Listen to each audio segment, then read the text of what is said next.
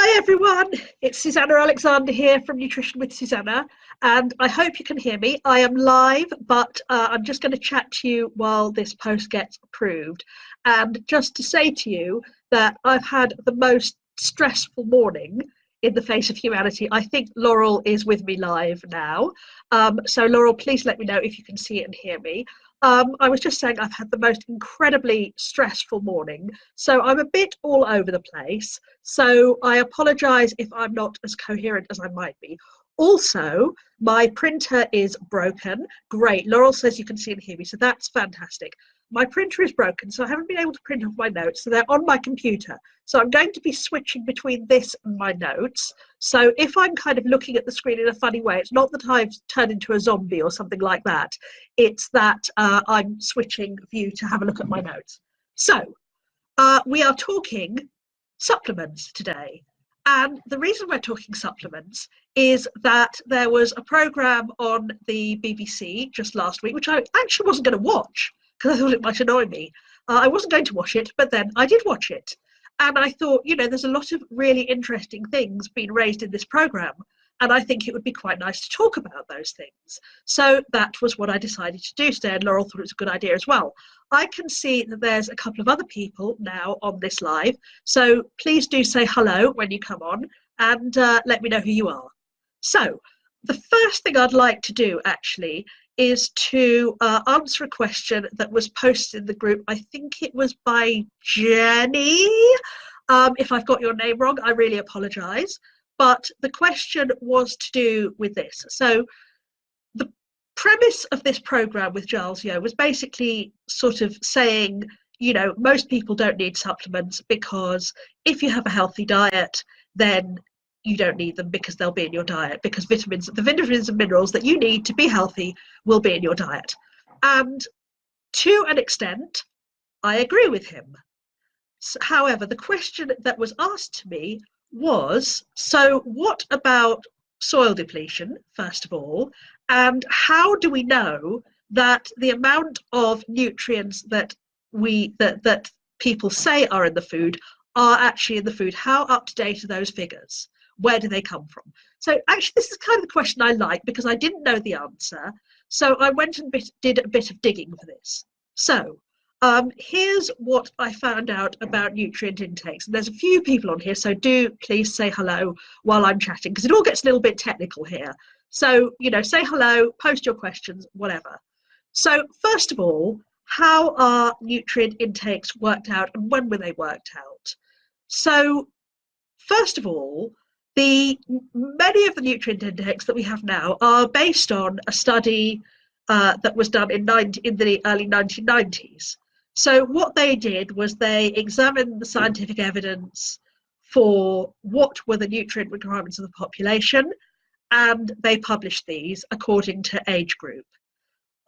Since then, the committee that set this up was called COMA. It's been superseded by a different committee called SCAN. And SCAN, you know, didn't want to reinvent the wheel, didn't want to do everything in one go.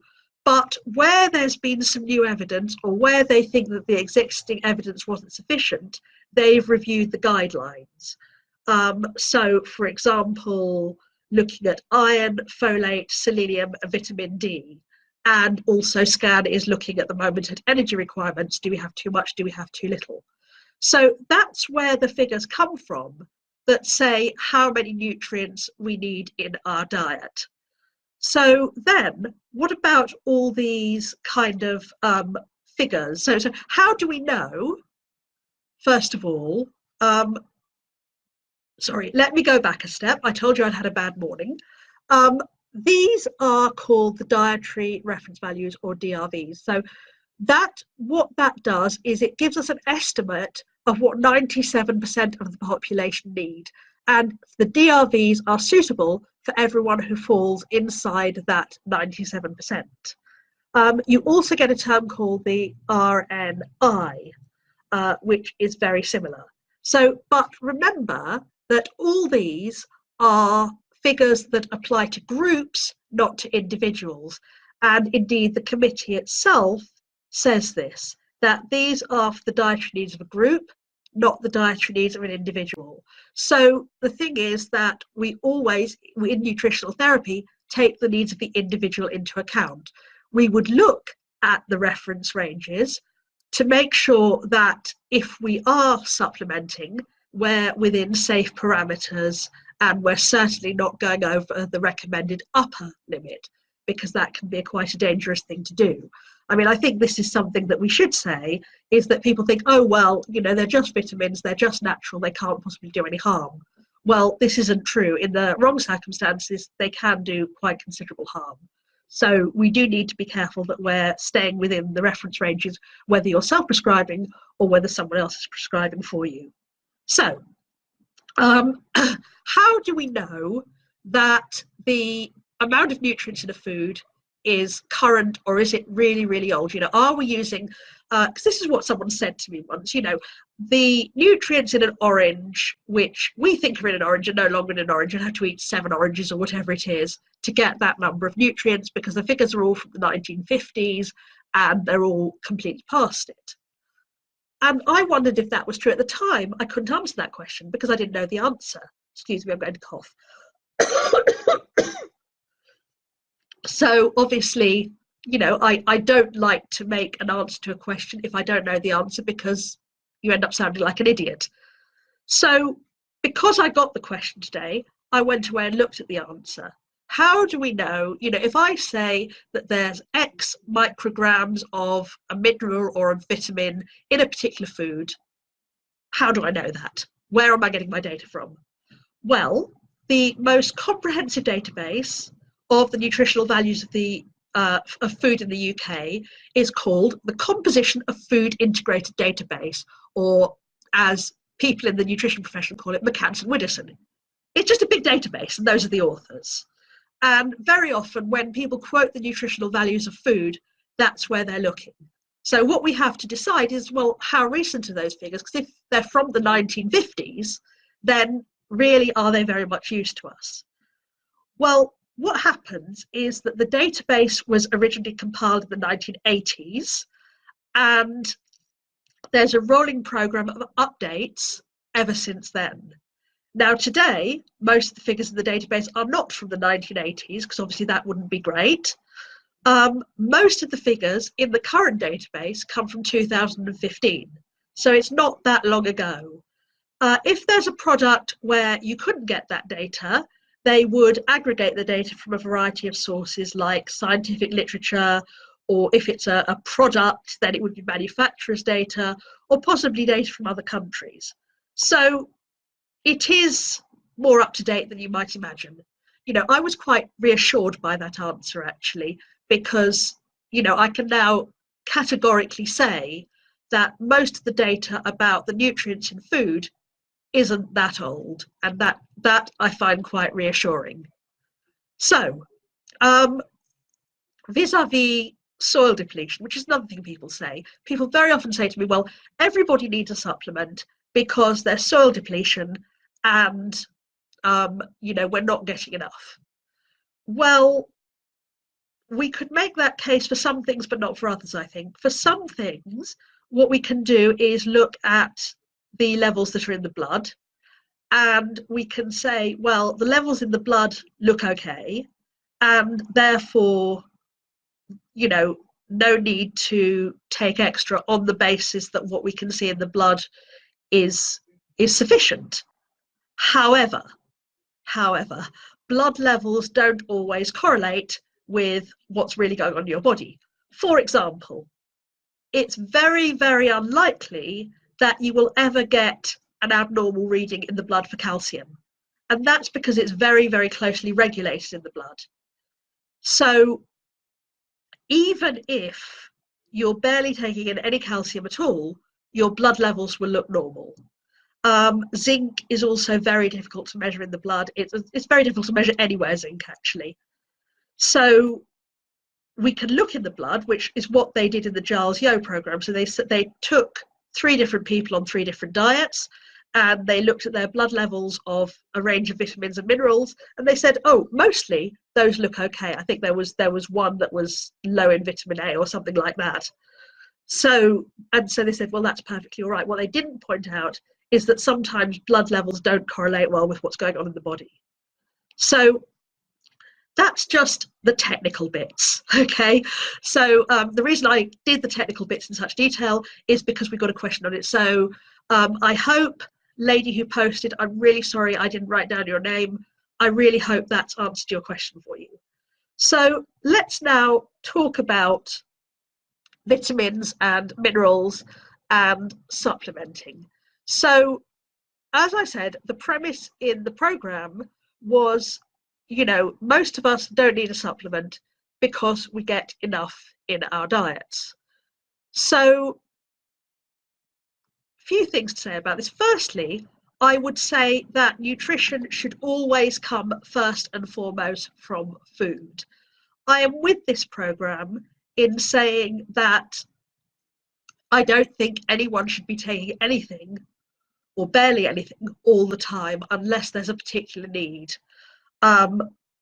Where I think supplements are useful is if there's a deficiency or a lack, or if for a short-term period we need more of something, then you can put that in as an interim measure. So the other point to make is that most people will not go off and get a blood test that tells them exactly what's going on for them. If you go to the doctor, they might test iron and vitamin D. They probably won't test for very much else unless there's a specific reason to do it. So, in other words, most people don't know if they've got enough or if they've got too much. So you kind of, unless you're going to go off and get that testing done, which generally speaking is privately, you're not going to know. So you have to make a bit of a guess. Now, how would you, guessing sounds a bit random, doesn't it? Doesn't really sound very, you don't want me to come along and say I'm making a guess. So what I mean by that is that if you have symptoms which may be partly attributable to a deficiency, then it may be useful to get that tested, or if it's impossible to get that tested, to act on the premise that those things may be playing a role and to see if supplementation works. Also, a lot of people are on medications, and many of these medications affect our ability to absorb nutrients. So then you may need some extra to compensate for that. So first thing the program talked about was antioxidants.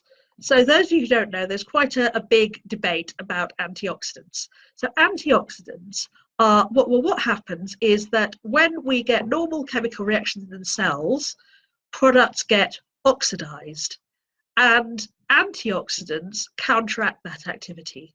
And the theory a while back was that the more antioxidants we put in, the more we could protect the damage that those oxidized those oxidized things, which are called free radicals, do. So we could protect ourselves against free radical damage. We could all stop aging. We could all live to be 120. The problem was that we found out that this didn't seem to be what was happening in real life. And a lot of the studies with antioxidants have shown that there's a problem. So, for example, there was a very big study with vitamin E supplements and cancer, and that trial had to be stopped because all the people on the vitamin E supplements were getting so much worse that it wasn't ethical to continue. Also, there's been quite a lot of more up-to-date research that suggests that a certain level of free radicals in the body is beneficial, because otherwise the systems that need to function don't function properly. The level of free radicals acts as a kind of alarm system to get the body working properly. So I've got a couple of things to say about these trials, one of which is that many of them use single antioxidants. So, for example, there are lots of vitamin A trials, there are lots of vitamin E trials.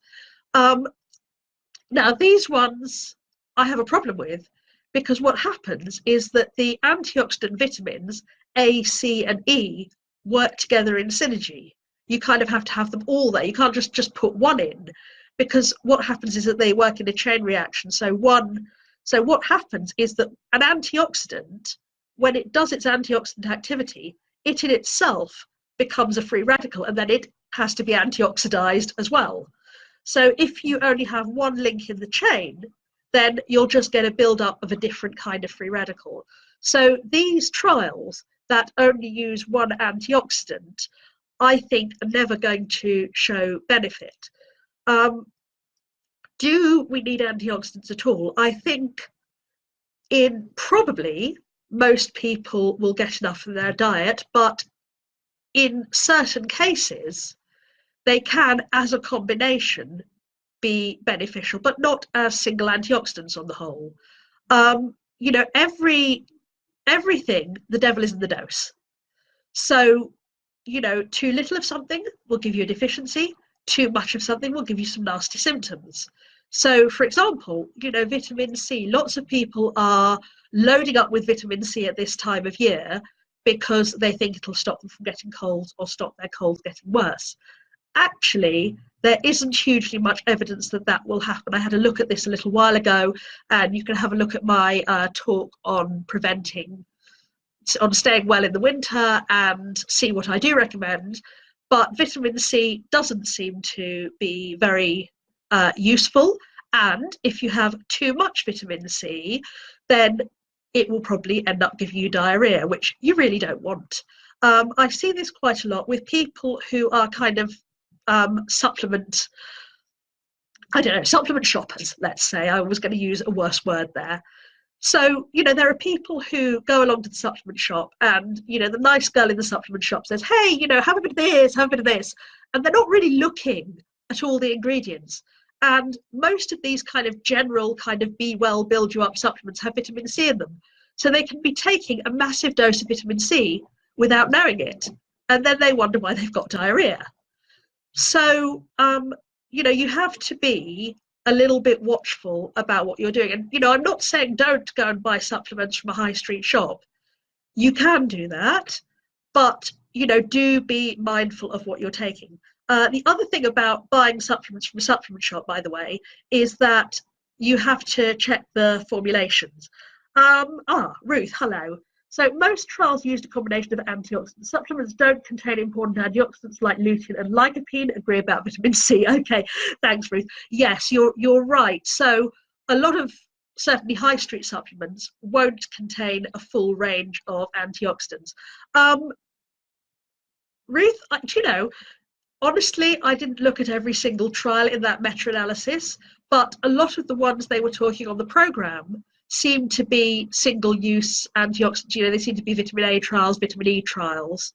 So I certainly think that's one issue.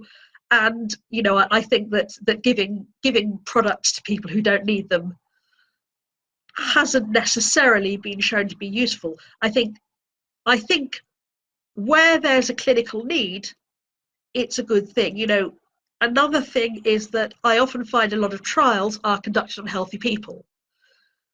So you're thinking, well, what benefit do you expect to see, as it were? And some people would say, well, you know, taking a multi is an insurance policy. You know, take a multi, I don't expect to see a benefit straight away, but I expect that in the long term there will be. The issue is that it's not really been shown that that is the case. So I'm always a bit wary of people taking multis as an insurance policy, especially if people are taking things long term, then they tend to go for the more economical brands, and who can blame them? You know, nobody wants to be taking an expensive product every day unless they really have to. I've just paid a huge fortune for some medication that I need, and it kind of gave me a bit of a heart attack. So I can totally appreciate that you don't want to do that. But as I said earlier, a lot of these high street products tend to be you know, made of ingredients that are quite economical, understandably, and are not necessarily in the form that's most useful for your body to use. Okay, so that's more or less what I have to say about antioxidants. So I would say that where antioxidants are concerned, unless there's a problem with absorption, or unless there's unless you've got a real big need, you're probably better off getting them from food.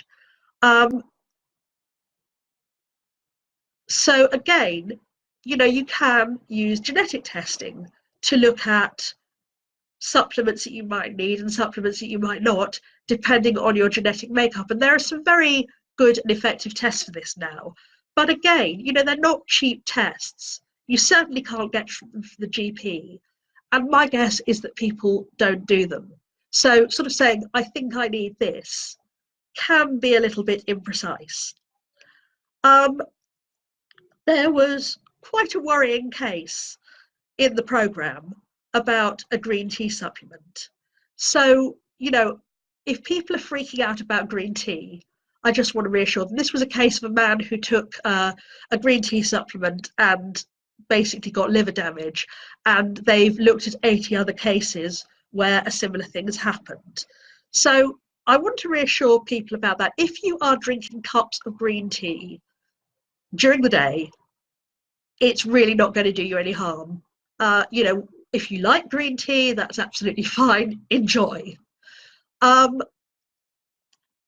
These supplements were in America, and in the EU, love it or hate it, vitamins and minerals and herbs and so forth are very, very closely regulated, much more so than they are in America. This is why very often, people buy supplements over the internet, because they think they're much more potent than supplements that you can get here. Again, I wouldn't advise that. Things are regulated for a reason. And I would much rather start small. Another area where I feel the program was right is that more isn't necessarily better. However, these supplements were a huge dose, and we don't know what this guy was taking. So, we don't know if he was sort of thinking, oh, well, the package says take 2, I'll just take 4, right? People do sometimes do that. Or, they take, as I was saying before, they take a combination of things because they bought more from the supplement shop and they kind of look nice. So, and we don't know what medication, if any, this guy was on, because some supplements cannot be used with certain medications. So the point is that the use of any supplement is a risk-benefit analysis. You've got to look at what the potential benefit is. Are there any potential risks or contraindications? And are you taking some of it in another form? I think I told you my vitamin D scare story, didn't I? Vitamin D is the thing of the moment. And there's been a report out recently that says, oh, taking vitamin D supplements is completely useless. It doesn't do anything. To be honest, I haven't had the time to look into the study behind that, but I would be quite wary of that, because we have seen cases of rickets coming back in recent years, because many people who get tested for vitamin D are below the optimal level and even deficient. So I would be quite wary of saying we don't need vitamin D. Doctors will test for vitamin D, but nowadays I believe they'll only do it once a year because the guidelines have changed and because their budgeting has changed. However, you can always test yourself, and it's quite an economical thing to do, and I can help you out with that. But I think vitamin D is another one where people sort of take massive doses. They think, oh, it's only a vitamin. It's not really, it's a natural thing. Well, I heard recently of someone getting kidney damage through taking too much vitamin D. So, and I think I've told you that horror story in a previous presentation, and it really scared the jeepers out of me. So, do make sure that any supplements that you're taking are not exceeding the upper safety levels. And if you're unsure what those levels are, then please check. So, what do I say about what people should take? Well, first of all, I say that everybody is individual. So what is good for one person is not necessarily good for another person.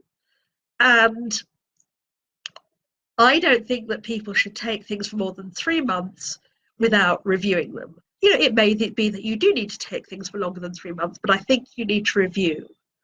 So the second thing I would say is if you are using medication of any sort at all, even if it's a very innocuous one, even if you don't use it all the time, or anything that's a herb, this is the other thing people think, oh, herbs are natural, they're not going to interact with anything. Not necessarily true. So if you're taking anything else alongside whatever supplement you want to take, please get it checked that it's safe. Listen, Laurel Leafers, I will do this for you for free because I'm concerned that people are safe with their supplements.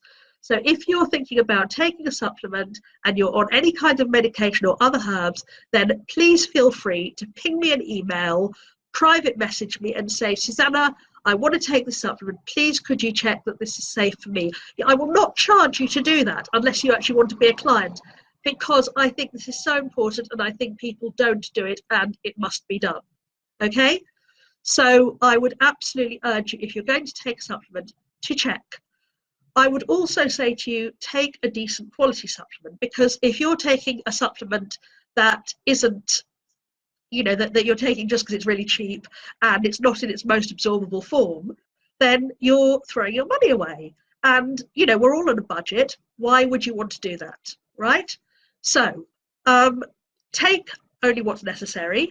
Review regularly, check with your medication, and if you have nowhere else to check, come and check with me and I will just do it for you, because I'm so keen that you should stay safe, and buy a decent quality supplement, because at least it's been manufactured. There's a lot of products out there. There are a lot of ones that sort of make claims about being ethical and green and organic, and if that is something that you care about, again, I don't endorse any products or any brands, and I don't get paid by anybody to endorse their products, and I don't think I ever will. So I don't have any axe to grind in this respect. But if it's something that you care about and that's important to you in your products, then have a little look and see which products appeal to you.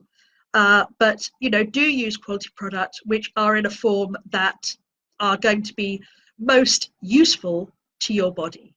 So that's my little summary, and we're at 27 minutes now, so I don't think there are any more questions, but if there are, I'll just give you a moment, please, to type them into the box, because I would love to hear them. I've been a bit general today, because obviously I can't deal with individual issues about should I personally take this and should I personally take that. You need to come on and message me if you'd like me to deal with that. Very happy to do so. Incidentally, I've got a couple of great freebies coming up. Just to let you know, it's coming up to the festive season, and there's a couple of little programs I run during Christmas, one of which is called 12 Tips for Christmas, which is about generally taking care of yourself over the festive season, whether you celebrate Christmas or whether you don't, because it can be quite a stressful time for people. And so I've worked with a number of experts. It's not just about food, it's about everything from making time for you to how to survive your in-laws, which a lot of us really, really need, right? So I've put those into a program, and what I'll do after I finished here is post the link to that, and you can get that. That's absolutely free.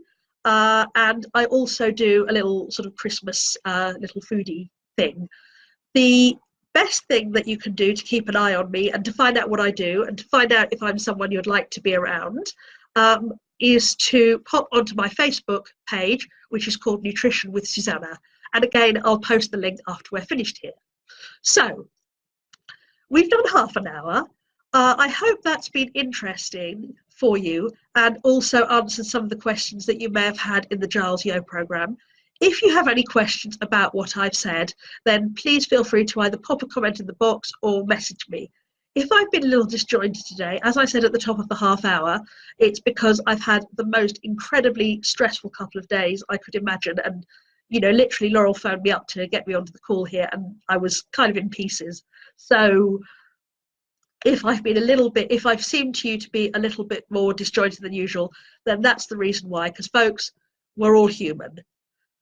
We're all human. We've all got to take care of ourselves. So please do take care of yourselves Have a fabulous week.